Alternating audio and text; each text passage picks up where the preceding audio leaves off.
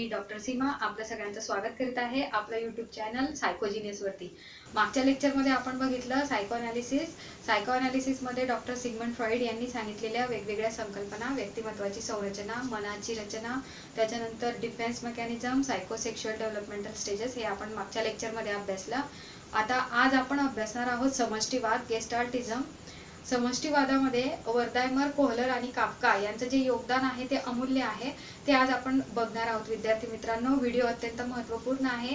ज्या विद्यार्थ्यांनी एम.एड आणि बी.एडचे CETचे अर्ज भरले असतील त्यांच्यासाठी देखील हा व्हिडिओ अत्यंत महत्त्वपूर्ण आहे। त्याच्यानंतर सेट आणि नेट परीक्षेमध्ये समष्टीवादावरती प्रत्येक वर्षी 3 किंवा 4 प्रश्न विचारलेले असतात, म्हणून व्हिडिओ अत्यंत महत्त्वपूर्ण आहे। व्हिडिओला अर्ध्यातून स्किप करू नका, व्हिडिओ पूर्ण बघा। आवडला तर लाईक करा, शेअर करा, सबस्क्राइब करा आणि कमेंट्स करायला विसरू नका विद्यार्थी मित्रांनो। चला तर आता आपण बघूया समष्टीवाद। समष्टीवादाला गेस्टाल्टिझम असं म्हटलं जातं इंग्रजीमध्ये आणि त्याचे पुरस्कर्ते आहे वर्दायमर, कोहलर आणि काफका। मी आता सांगितलं की 1912 मध्ये ज्या वेळेला मनोविश्लेषणवाद, वर्तनवाद हे सगळे उदयाला आलेले होते, त्यावेळेला समष्टीवाद देखील उदयाला आला। समष्टी म्हणजे काय तर समष्टी म्हणजे आपल्याला जे काही अवबोधन होतं ते अवबोधन पूर्ण परिस्थितीने होणे, म्हणजे त्याचा एकत्रितपणे अभ्यास करणे, त्याला समष्टी असं म्हटलं गेलेलं आहे। समष्टी म्हणजे होलनेस, त्याला होलनेस म्हटलं गेलेलं आहे। होलनेस याला 5 फिनॉमिनन असं देखील वर्दायमर यांनी म्हटलेलं आहे। होलनेस म्हणजे काय? The wholeness is more than the sum of the parts, म्हणजे कोणतीही गोष्ट ही एक एक घटक किंवा एक एक पार्ट नसून ती पूर्ण होलनेसने आपण बघतो। उदाहरणार्थ बघा विद्यार्थी मित्रांनो, इथे आकृती दाखवलेली आहे। या आकृतीमध्ये 2 त्रिकोण, 2 वर्तुळ आणि एक आयत देखील दाखवलेला आहे, पण आपण तो न बघता ही आकृती आपण एका व्यक्तीची आहे किंवा माणसाची आहे असं आपण गृहीत धरतो, म्हणजे आपण छोटे छोटे पार्ट मिळून संपूर्ण आकृती ही तयार करतो आणि तिचं आपल्याला परसेप्शन होत असतं। तर हेच समष्टीवाद्यांनी मांडलेलं आहे।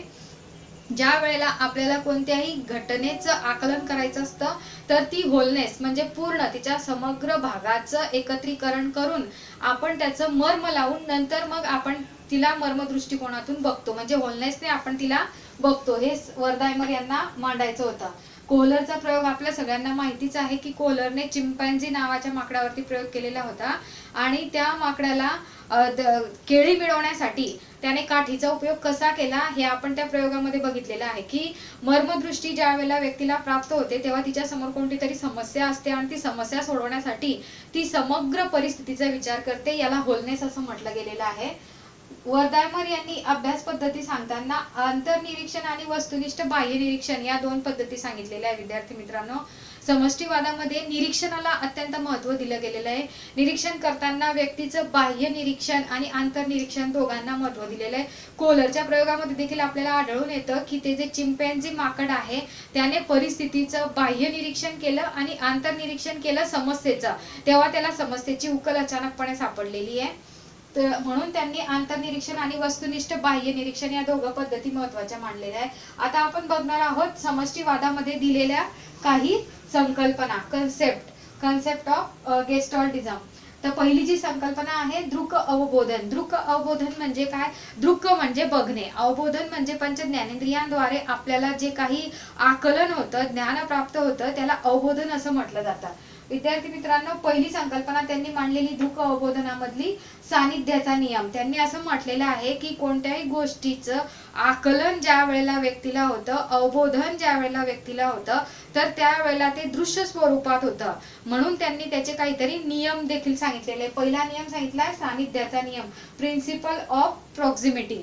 आता इथं आकृतीमध्ये दाखवलेलं आहे बघा, याच्या जोड्या जोड्या दाखवलेल्या आहे, म्हणजे सानिध्याचा नियम जवळ जवळ आपणही बघताना एकूण आकृतीमध्ये 6 व्यक्ती आहे असं आपण म्हणतो, तर 6 म्हणून आपण त्यांची जोड्या लावलेल्या आहे। एक नंबरची जोडी, 2 नंबरची जोडी आणि 3 नंबरची जोडी, म्हणजे सानिध्याचा नियम। आपण बघताना त्या क्लोज मध्ये आहे म्हणून त्या सानिध्याचा नियम, प्रॉक्सिमिटी, आणि त्या किती आहेत ते आपण इथं बघतो। दुसरा नियम त्यांनी मांडलेला आहे साधर्म्याचा नियम, प्रिन्सिपल ऑफ सिमिलॅरिटी। आता बघा या आकृतीमध्ये सिमिलॅरिटी, सारखे सारखे इथं जे त्रिकोण दाखवलेले आहे आणि चौकोन दाखवलेले आहे त्याच्यावरून आपण म्हणतो प्रिन्सिपल ऑफ सिमिलॅरिटी। पुढचा त्यांनी नियम सांगितलेला आहे समावेशकतेचा नियम। समावेशकतेचा नियम म्हणजे आता प्रिन्सिपल ऑफ क्लोजरनेस। आता इथं उदाहरणार्थ बघा TEA हे जे अक्षर आहे या अक्षरांमध्ये इथं गॅप दिलेला आहे बघा, तरी पण आपण काय केलं, त्याला पूर्ण करून घेतलेलं आहे. म्हणजे त्याच्यामध्ये जी काही कमतरता राहिलेली ती आपण पूर्ण केलेली. कारण का, तर आपल्याला ते वर्ड माहिती आहे, टी कसा लिहितात, ई कसा आणि ए कसा, त्यांच्यापासून कोणतं वर्ड तयार होतो, म्हणून ते आपण तिथं क्लोज केलेलं आहे. म्हणजे पूर्ण केलेली ती आकृती अपूर्ण असताना देखील आपण तिला पूर्ण करतो, म्हणून तिला प्रिन्सिपल ऑफ क्लोजर असं म्हटलं गेलेलं आहे. आता MILK इथं देखील MILK हे अपूर्ण आहे, आपण ते पूर्ण करून वाचलेलं आहे. नंतर पुढचा नियम त्यांनी सांगितलेला आहे सातत्याचा नियम, प्रिन्सिपल ऑफ कंटिन्युटी. आता बघा, शेजारच्या आकृतीमध्ये आधी चार गोल दिलेले, नंतर 5 दिलेले, नंतर 6 दिलेले आणि शेवटची आकृती ही पूर्ण झालेली आहे वर्तुळाची. म्हणजे प्रिन्सिपल ऑफ कंटिन्युटी म्हणजे एखादी गोष्ट अपूर्ण असते त्यावेळेला आणि पूर्ण झाल्यानंतर आपण तिला कंटिन्युटी असं म्हणतो. त्याच्यानंतर पुढचा आहे पूर्व परिचयाचा नियम. 5वा नियम त्यांनी मांडलेला आहे पूर्व परिचयाचा नियम. हे बघा, आता इथे उदाहरणार्थ दाखवलेला आहे की उत्तर दिशा. आपल्याला माहिती आहे की आपण भूगोलामध्ये शिकलेलो आहे, साईनच्या वेळेस प्रत्येक वेळेला बाणाच्या वरच्या बाजूला उत्तर लिहिलेलं असतं, म्हणून आपण वरची दिशा ही उत्तर दिशा असते, हे आपल्या लक्षात असतं. नंतर इथं क्रॉस दाखवलेला आहे, हे ख्रिश्चन धर्माचं प्रतीक आहे, अशुभ प्रतीक. त्याच्यानंतर इथे समेशनचं चिन्ह दाखवलेलं आहे, याला समेशन म्हणजे बेरीज असं म्हणतात गणितामध्ये. त्याचप्रमाणे याला जर आडवं केलं तर तो W होतो, म्हणजे आपल्याला पूर्व परिचय आहे या गोष्टींचा, म्हणून याला प्रिन्सिपल ऑफ फिमिलॅरिटी म्हणजे पूर्व परिचय असणाऱ्या गोष्टी त्या आपण चटकन लक्षात घेतो किंवा त्यांचं परसेप्शन आपल्याला लवकर होतं. पुढचा नियम त्यांनी सांगितलेला आहे मनस्थितीचा नियम, प्रिन्सिपल ऑफ मेंटल स्टेट. व्यक्तीची मानसिकता ज्या प्रकारची असेल त्या प्रकारचं व्यक्तीला सभोवचं वातावरण हे दिसून येतं. आता उदाहरणार्थ बघा, एखादी आई ज्या वेळेला आपल्या बाळाला पाण्यामध्ये सोडून काम करत असते त्यावेळेला सारखं तिचं लक्ष पाण्यातल्या त्या बाळाच्या आवाजाकडे असतं. तिला थोडा जरी आवाज आला तरी तिला वाटतं की हा आवाज माझ्या बाळाचा आहे, कारण मेंटल सेट तिचा तसा झालेला असतो. पुढचं त्यांनी सांगितलेलं आहे गर्भतत्वाचा नियम, प्रिन्सिपल ऑफ प्रेग्नन्सी. म्हणजे गर्भतत्वाचा नियम म्हणजे काय, त्यामध्ये जे काही गर्भित अर्थ दडलेला आहे तो जाणून घेणे, त्याला गर्भतत्वाचा नियम असं म्हटलं जातं. उदाहरणार्थ एखाद्या गाण्याची संगीताची फक्त धून ऐकून आपण हे सांगतो की ते गाणं कोणतं आहे, त्या गाण्याचे बोल काय आहे, त्याच्यानंतर ते गाणं कोणत्या पिक्चरचं आहे, म्हणजे त्याच्यातला गर्भित अर्थ काय आहे हे देखील आपण सांगतो, म्हणून त्याला गर्भतत्वाचा नियम असं म्हटलेलं आहे. पुढचं जे आहे विद्यार्थी मित्रांनो, पुढची संकल्पना त्यांनी मांडलेली आहे आकृती आणि पार्श्वभूमी. अत्यंत महत्वाची संकल्पना त्यांनी मांडलेली वर्धा अमरनी, आकृती आणि पार्श्वभूमी.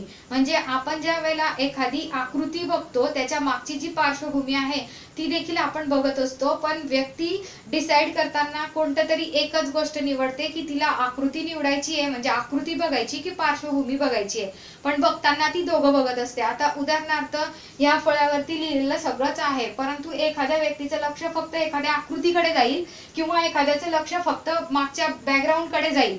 म्हणजेच काय, आकृती आणि पार्श्वभूमी ह्या दोन वेगवेगळ्या गोष्टी असतात, त्या आपल्याला एकत्रितरित्या अवबोध होतात. उदाहरणार्थ एखादी स्त्री जर साडीच्या दुकानामध्ये गेली तर तिचं सगळं लक्ष आपल्या आवडीच्या साडीवरती असतं आणि इतर जे असतं ते तिचं बॅकग्राऊंड असतं, इतर म्हणजे पार्श्वभूमी असते. ती पार्श्वभूमी सोडून ती फक्त एकच एक तिला आवडीचं सिलेक्ट करत असते. म्हणजे या दोघांमधलं एक कोणतं तरी व्यक्ती सिलेक्ट करते, आकृती किंवा पार्श्वभूमी, म्हणून ही संकल्पना देखील अतिशय महत्वाची आहे. पुढची त्यांनी म्हटलेली आहे मानसशास्त्रीय प्रभाव क्षेत्र. आता हे जे प्रभाव क्षेत्र आहे, जसं चुंबकीय क्षेत्र आहे, चुंबकीय क्षेत्रामध्ये चुंबक ठराविक अंतरापर्यंतच एखादी गोष्ट आकर्षून घेऊ शकते, त्याप्रमाणे मानसशास्त्रीय प्रभाव क्षेत्र सायकोलॉजिकल फील्ड हे देखील असतं. सायकोलॉजिकल फील्ड मध्ये व्यक्तीच्या मनामध्ये जे काही विचार चालू असतात त्यानुसारच घटना घडून याव्या असं जे वाटत असतं त्याला मानसशास्त्रीय प्रभाव क्षेत्र असं म्हटलं गेलेलं आहे. मज्जा संस्थेमधील जे काही विचार प्रक्रिया चालू असतात त्यानुसार घडणं, त्याला इन्व्हायरमेंटल बेसिस असं देखील म्हटलं जातं. पुढचं जे त्यांनी सांगितलं आहे चौथं मर्मदृष्टी किंवा समष्टी गुण. मी आताच सांगितलं की कोहलर यांनी चिंपॅन्झी नावाच्या माकडावरती प्रयोग केला आणि त्यांनी असं म्हटलेलं आहे की व्यक्तीच्या समोर एखादी समस्या ज्या वेळेला निर्माण होते ती समस्या सोडवण्यासाठी व्यक्ती मर्मदृष्टीने विचार करते. तर मर्मदृष्टीचे टप्पे कोणकोणते आहेत, तर पहिला टप्पा आहे परिस्थितीचे आकलन होणे.